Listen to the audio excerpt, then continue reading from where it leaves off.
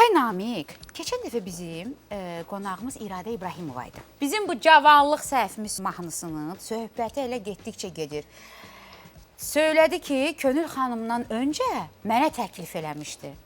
Biz də hamımız belə təəccüblə soruşduq ki, İradə, sənə mən istəmədim, bəyəm, amma elə peşmanam dedi. Mənə təklif eləyəndə, yəni özümü deyir, o mahnıda görmədim. Vaxtı zamanında təklif etdiyi mahnını istəmədim, oxumadım.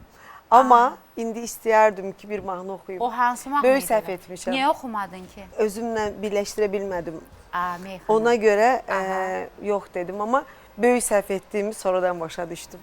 Mən əvvəla təşəkkürümü bildirəm İradə xanıma, çünki baxdım çox belə səmimi danışırdı. Çox səmimi, yəni doğrudan da peşman olduğunu söylədi. Show biznesdə çatışmayan bir şeydir o səmimiyyət. İnşallah İradə xanımın geri dönüşü ilə bu səmimiyyət çoxalar digərlərində də.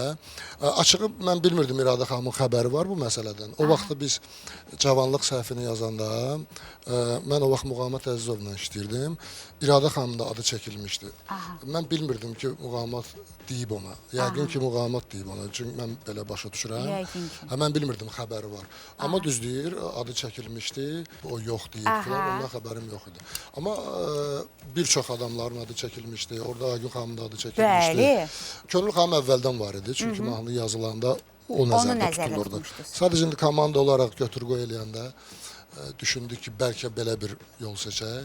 O da qismət yenə də Könül xanım idi, birlikdə oxuduq. Mənə elə gəlir ki, elə Könül xanımdan daha uğurlu alındı. Bizləri çaşdırdı cavanlıq, indi hər ikimiz çəkirik.